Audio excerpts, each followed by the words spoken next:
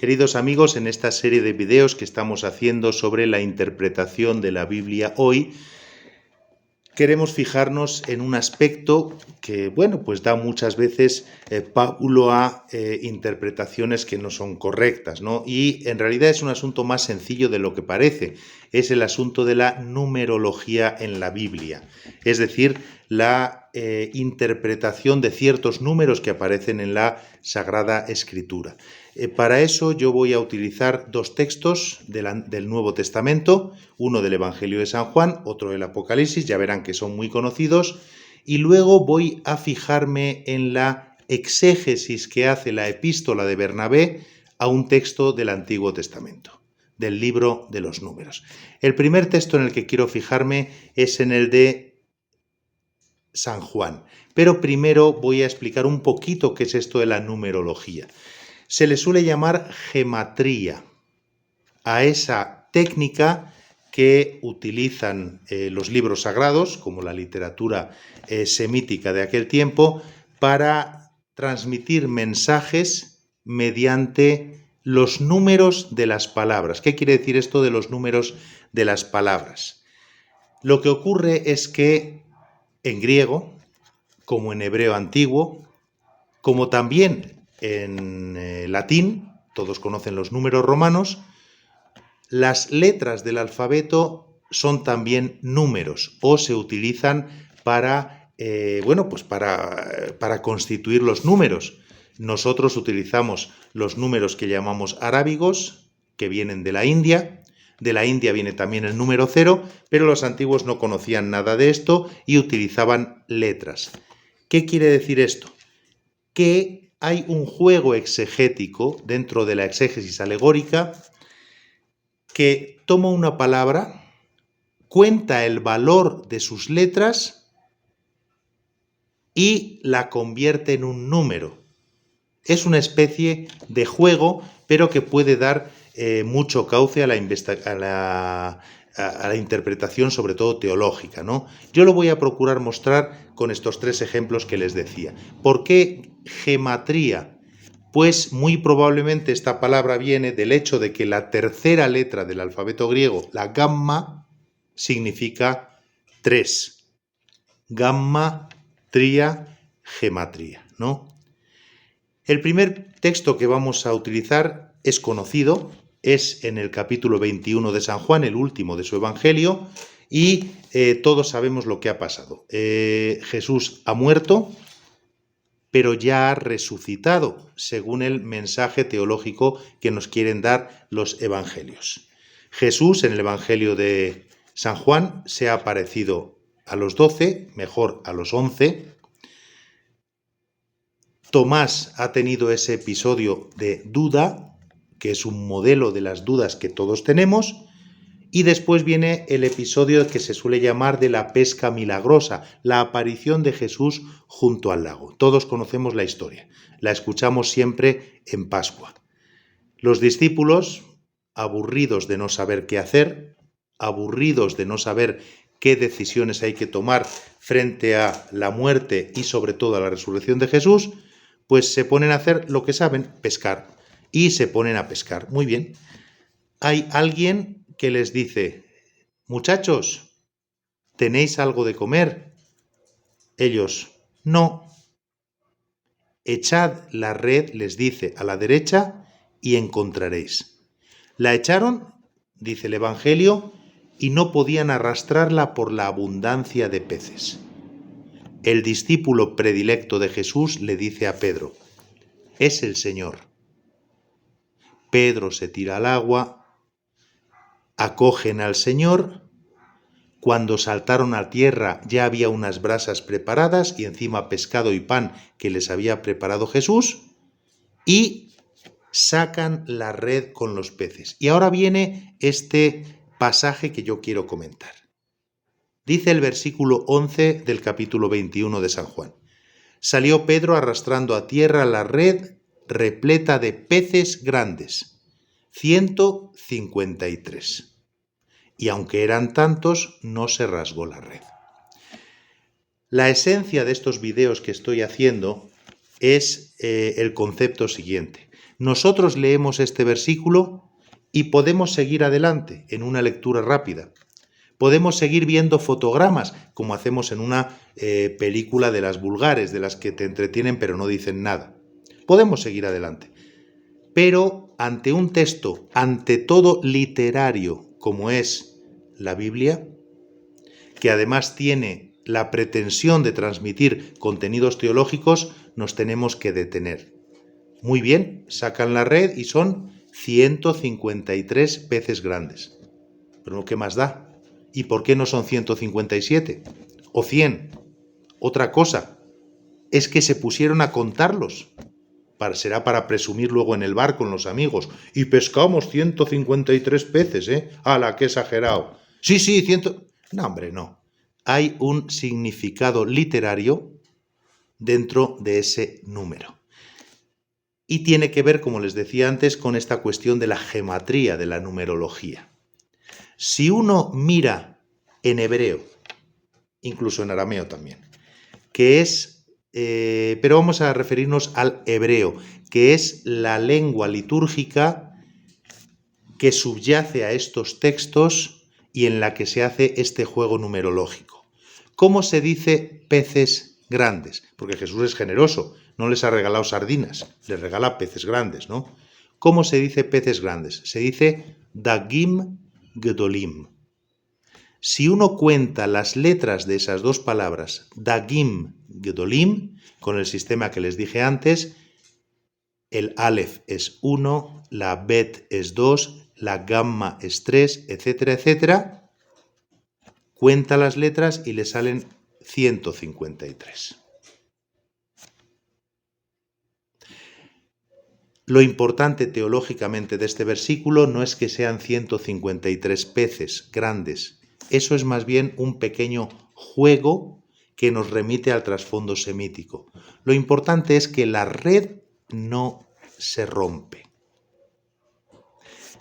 Eso significa que aquello que los discípulos, bajo el impulso de Jesús, pescan, consiguen, los corderos que apacientan, esos se mantienen dentro de la red, dentro del nuevo mundo inaugurado por Jesús.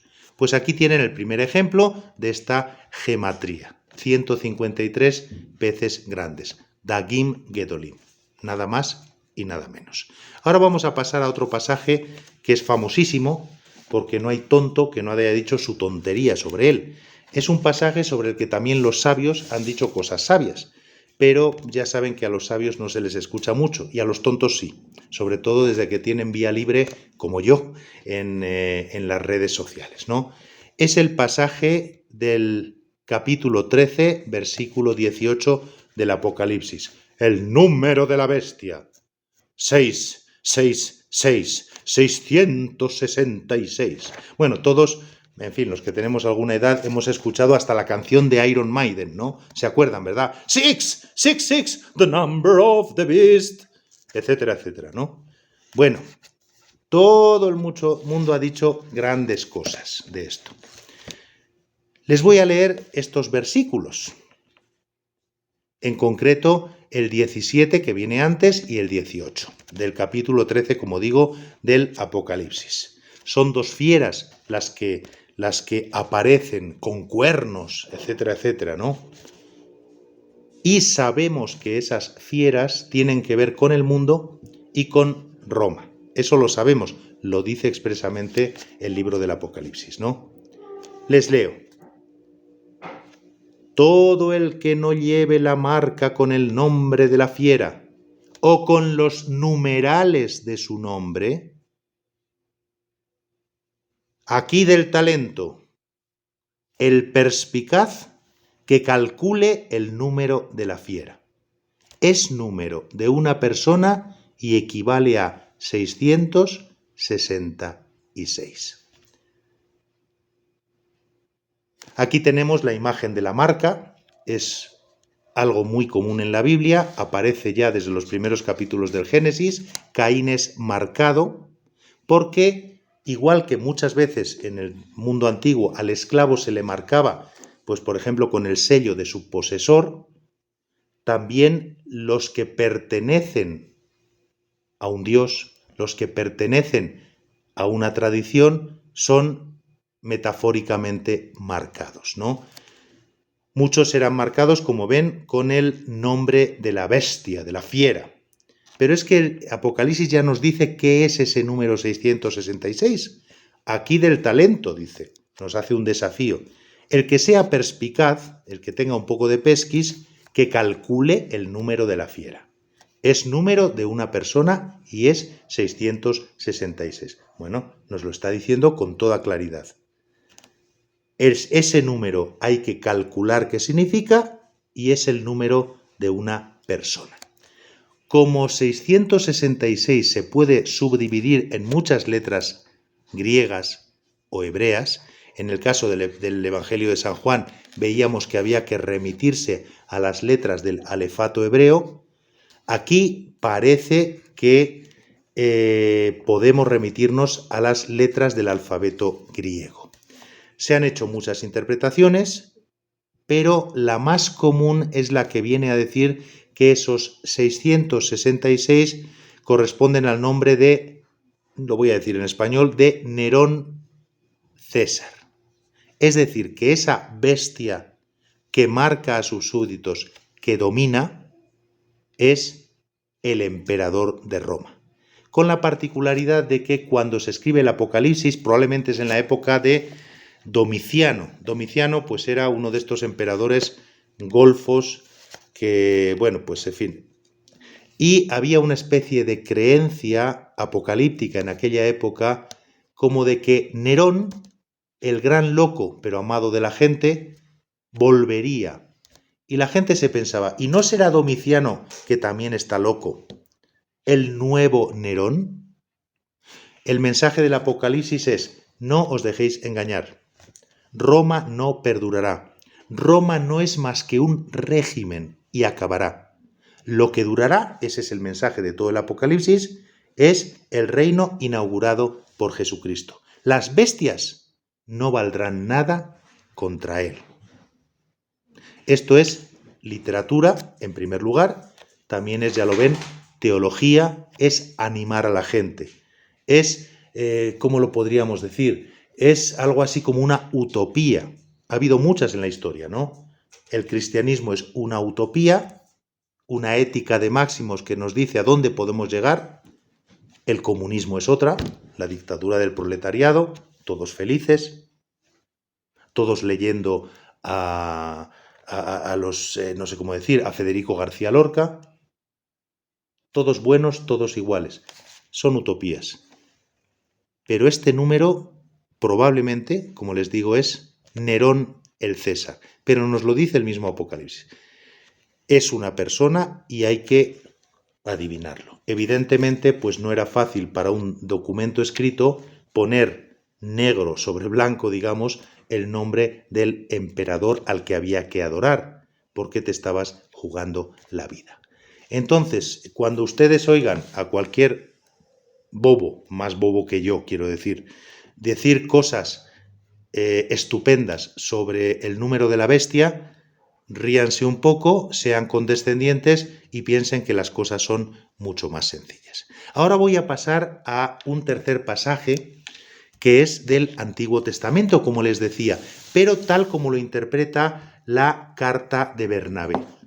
La epístola de Bernabé es un documento perteneciente a lo que se llama los padres apostólicos, es decir, son los primeros escritores cristianos que no entraron en la Biblia, no se consideraron canónicos, no fueron recibidos por las iglesias, pero que tienen un gran valor por la doctrina que nos dan, por lo que nos cuentan de la primitiva iglesia.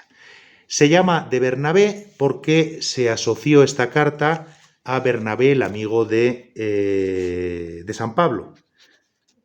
Es falso porque no parece que ningún Bernabé estaría vivo cuando se escribió la carta allá por en torno al 110, 120, y es un procedimiento muy común. Igual que se dice que el Cantar de los Cantares es de Salomón, bueno, pues es para darle importancia a un texto en aquel tiempo en que no existía el copyright.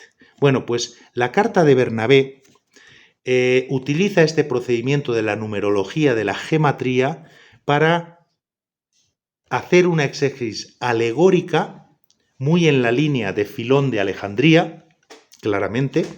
Es la misma línea alegórica que seguirá el gran Orígenes, un siglo después, y el autor probablemente era una persona buen conocedora del judaísmo. Se ha llegado a decir que a lo mejor algún rabino convertido, esto ya es hablar más de la cuenta. Nos basta con saber que era una persona que conocía perfectamente los procedimientos exegéticos del Derash, que se llama, de la interpretación judía de la Biblia.